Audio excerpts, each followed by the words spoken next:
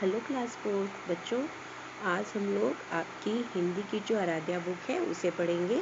और आपके अभी तक यूनिट 1 एग्ज़ाम हो रहे थे तो आप उसमें बिज़ी थे। अब हम लोग आज से पढ़ना स्टार्ट करते हैं हिंदी। तो बच्चों, इसके पहले मैं आपको बता दूं कि हाफ ईयरली का सिलेबस क्या है, कितने चैप्टर रहेंगे। हाफ ईयरली के अभी से आप तैयारी शुरू करिए, क्योंकि अक्टूबर में हाफ ईयरली भी हो जाएंगे आपके। तो अब तो ये सितंबर आपका एंड होने ही वाला है।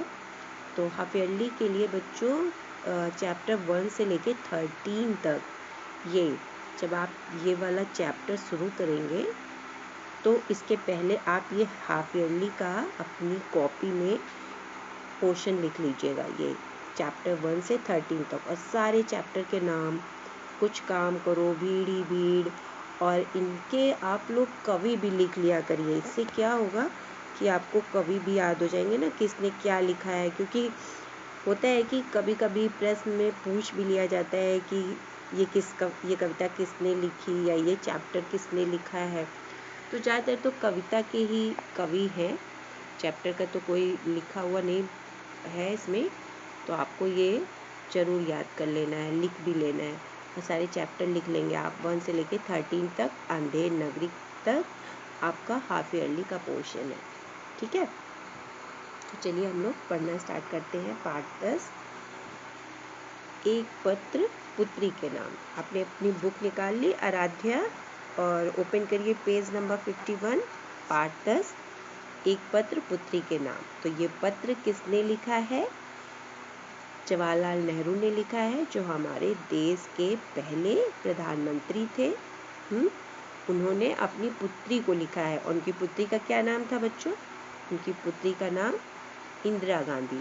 तो इंदिरा गांधी कौन थी? देश की पहली महिला प्रधानमंत्री, है ना।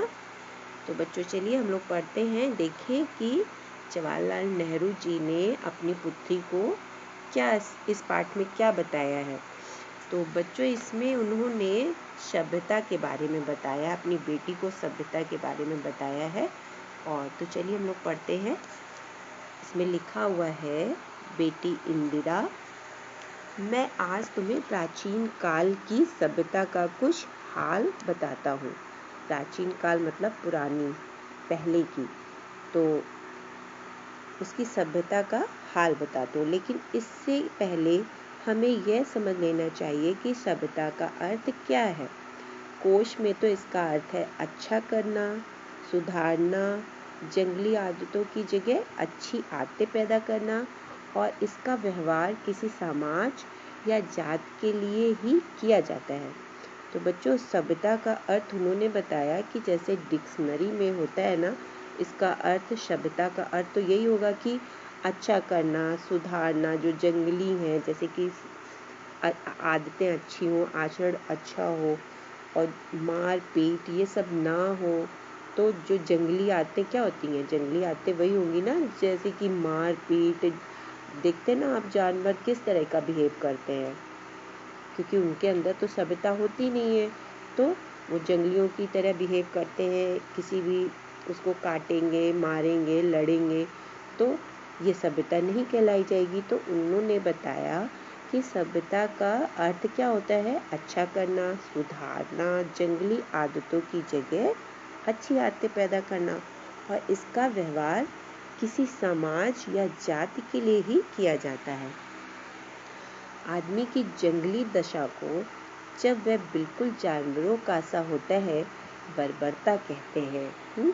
बर्बरता कहते हैं, जैसे कि उसके अंदर इंसानियत नहीं होती है, मारना काटना बस यही होता है। जैसे कि आप लोगों को पता ही है ना कि आतंकवादी जो है हमारे देश में क्या करते हैं, उसको आदतों को क्या बर्बरता ही कहा जाएगा ना। वो किसी को भी मार देते हैं, बिना वजह किसी को मारते हैं, हथियार का इस्तेमाल करते हैं, है ना। तो ये सभ्यता नहीं है। सभ्यता बिल्कुल उसकी उल्टी चीज है, बर्बरता की उल्टी चीज है। मारना काटना तो सभ्यता नहीं है। इसकी जगह तो अच्छी आदतें होना चाहिए, मेल जोल होना चाहिए, मिलजुल करके काम करना होना चाहिए, ये सभ्यता होगी। तो सभ्यता बिल्कुल उसकी उल्टी चीज है। हम बर्बरता से जितना ही दूर जाते हैं मतलब कि मार काट से जितना ही दूर होते हैं उतना ही सभ्य होते जाते हैं। लेकिन हमें ये कैसे मालूम हो कि कोई समाज जंगली है या सभ्य? यूरोप के बहुत से आदमी समझते हैं कि हम ही सभ्य हैं और एशिया वाले जंगली हैं। क्या इसका यह अर्थ है कि यूरोप वाले एशिया और अफ्रीका वालों से ज़्यादा कपड़े पहनते हैं? उनके कहने का अर्थ था कि ज़्यादा कपड़े पहनने को ही, ज़्यादा अच्छे से कपड़े पहन लेना, इसको सभ्यता नहीं कहा जाएगा। सभ्यता तो बच्चों आदतें होती हैं, अच्छा आचरण होता है, आपका व्यवहार होता है। तो उन्होंने क्या कहा, क्या इसका अर्थ है कि यूरोप वाले एशिया और अफ्रीका वालों से ज़्यादा कपड़े पहनते हैं? लेकिन कपड़े तो जलवायु पर निर्भर है। ठंडे देश में लोग गर्म देशों वालों से ज़्यादा कपड़े पहनते हैं। तो क्या इसका अर्थ है कि जिनके पास बंदूक है वह निहत्थे आदमी से ज़्यादा मजबूत है और इसलिए ज़्यादा सभ्य है, चाहे वह ज़्यादा सभ्य हो या ना हो? कमज़ोर आदमी उससे यह नहीं कह सकता है कि आप सभ्य नहीं हैं। कहीं मजबूत आदमी झल्ला कर उसे गोली मार दे तो बेचारा क्या करेगा? उनका कहना था कि जिनके पास हथियार है तो क्या वही सभ्य होते हैं, और जो कमज़ोर हैं जिनके पास हथियार नहीं है तो वो क्या सभ्य नहीं है, वो असभ्य है? आगे बच्चों उन्होंने क्या कहा, तुम्हें मालूम है कि कई साल पहले एक बड़ी लड़ाई हुई थी। दुनिया में बहुत से देश उसमें सम्मिलित थे और हर एक आदमी दूसरी ओर से ज़्यादा आदमियों को मार डालने की कोशिश कर रहा था। अंग्रेज जर्मनी वालों के खून के प्यासे थे और जर्मनी अंग्रेजों के खून के प्यासे थे। तो बच्चों पता है आपको ये लड़ाई कौन सी थी? ये जो हम लोगों का विश्व युद्ध हुआ था ना, पहला और दूसरा, वो उसी के बारे में बात कर रहे हैं। तो अब आप पेज को पलटिए, टर्न करिए। इस लड़ाई में लाखों आदमी मारे गए और हजारों के अंग भंग हो गए। कोई अंधा हो गया, कोई लूला, कोई लंगड़ा। तुमने फ्रांस और दूसरी जगह भी ऐसे बहुत से लड़ाई के जख्मी देखे होंगे। पेरिस की सुरंग वाली गाड़ी में, जिसे मेट्रो कहते हैं, उनके लिए खास जगहें होती हैं। क्या तुम समझती हो कि इस तरह अपने भाइयों को मारना सभ्यता और समझदारी की बात है? दो आदमी गलियों में लड़ने लगते हैं और पुलिस वाले उनसे बीच बचाव करवा देते हैं और लोग समझते हैं कि ये दोनों कितने बेवकूफ़ हैं। जब दो बड़े बड़े देश आपस में लड़ने लगे और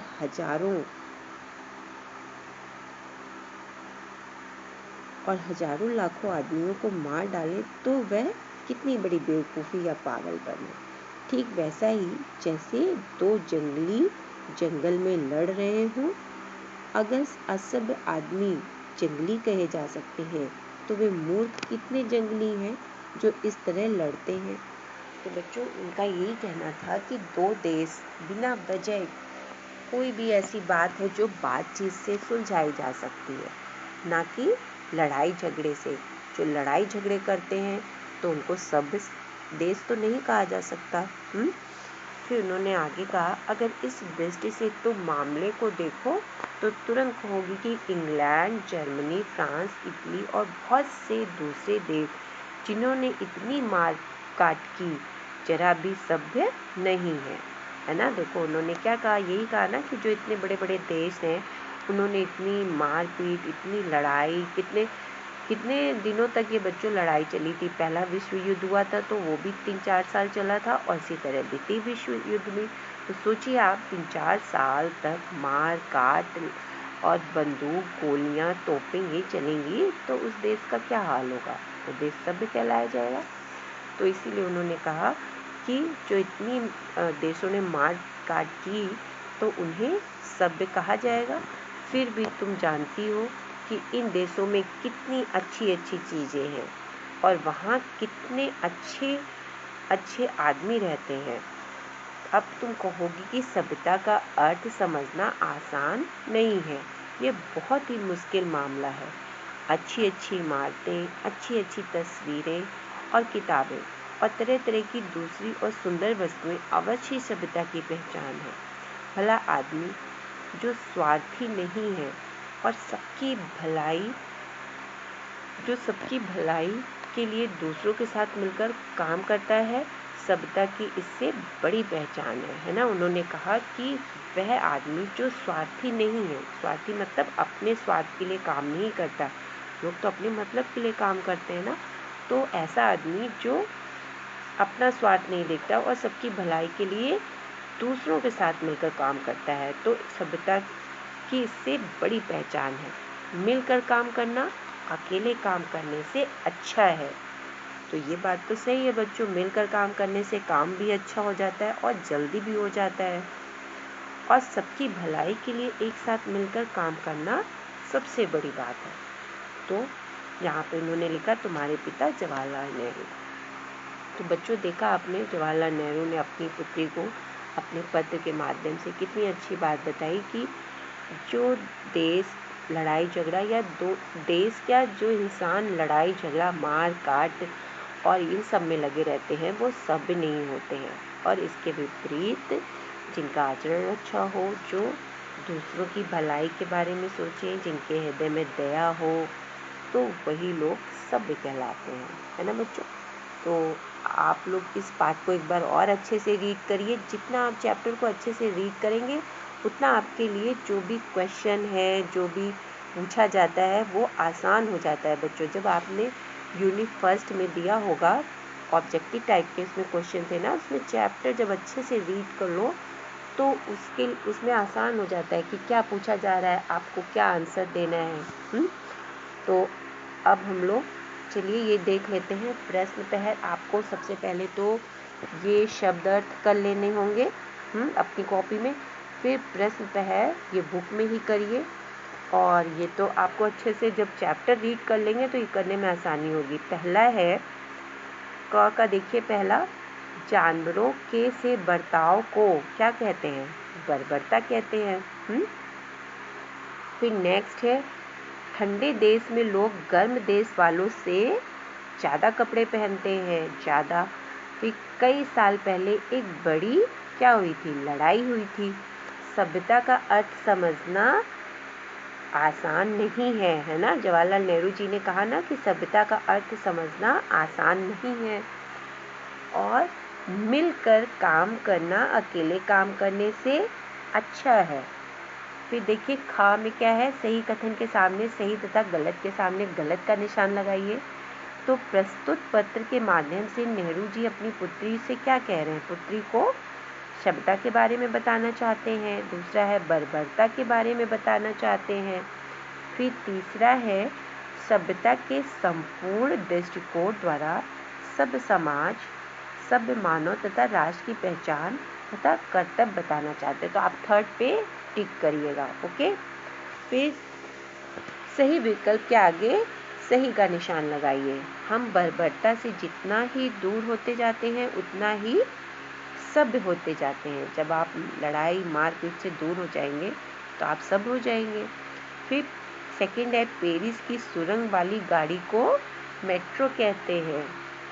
अब पेज टर्न करिए, देखिए थर्ड में क्या है, थर्ड नंबर पे, क्या अपने भाइयों से लड़ना अथवा उन्हें मारना समझदारी की बातें हैं?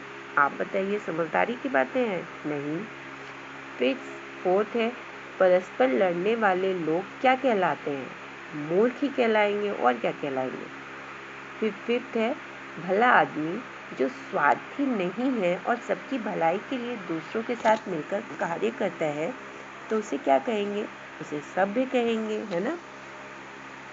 और बच्चों प्रश्न उत्तर तो मैं आपको लिख कर दे दूंगी असाइनमेंट में, और भाषा बोध में भी बहुत मुश्किल नहीं है। इसमें का में है निम्नलिखित में वाला जोड़ करके नए शब्द बनाइए, तो ये आप इसमें कर लीजिएगा। सब में आपको वाला जोड़ना है, यूरोप वाला, एशिया वाला, ठेला वाला, इस तरह से। फिर खा में क्या है, ता जोड़ करके नए शब्द बनाइए, जैसे बर्बरता, स्वच्छता, राष्ट्रीयता और सभ्यता। अब नेक्स्ट है देखिए 5 नंबर पे भी उदारता, मूर्खता। और फिर नेक्स्ट गा में है, गा में देखिए पेज नंबर 55, गा और की सहायता से वाक्य जोड़ करके लिखिए। तो इसमें और आपको जोड़ना है, और कैसे जोड़ेंगे? वे समझते हैं कि हम ही सब हैं। और अब यहाँ पर आप और जोड़ दीजिए, और एशिया वाले जंगली हैं। 2 वाक्यों को आपको और से जोड़ देना है। फिर अंग्रेज जर्मनी वालों के खून के प्यासे थे और जर्मनी अंग्रेजों के खून के प्यासे थे। बस आपको इतना करना है, ठीक है बच्चों। और इसमें देखिए नीचे लिखा हुआ है आओ सीखें। तो इसमें जवाहरलाल नेहरू कौन थे? हमारे देश के पहले प्रधानमंत्री थे। फिर दूसरा है इंदिरा गांधी कौन थी? ये भी हमारे देश की पहली महिला प्रधानमंत्री थी और जवाहरलाल नेहरू की बेटी थी। प्रथम विश्व युद्ध कब हुआ? तो ये हुआ था 1914 से 1918 तक। बच्चों समझ लीजिए 4 साल तक युद्ध हुआ था, है ना। फिर द्वितीय विश्व युद्ध कब हुआ? 1939 1939 से 1945 45 तक। 1939 से 45 तक हुआ था, 6 साल हुआ था बच्चों। सोचिए कितनी मारपीट, कितना नुकसान हुआ होगा, है ना। तो बच्चों ये आप लोग कर लीजिए, और आपको मैंने बता दिया ना हाफ ईयरली का पोर्शन, इसे ज़रूर लिख लीजिएगा। ओके बाय बच्चों।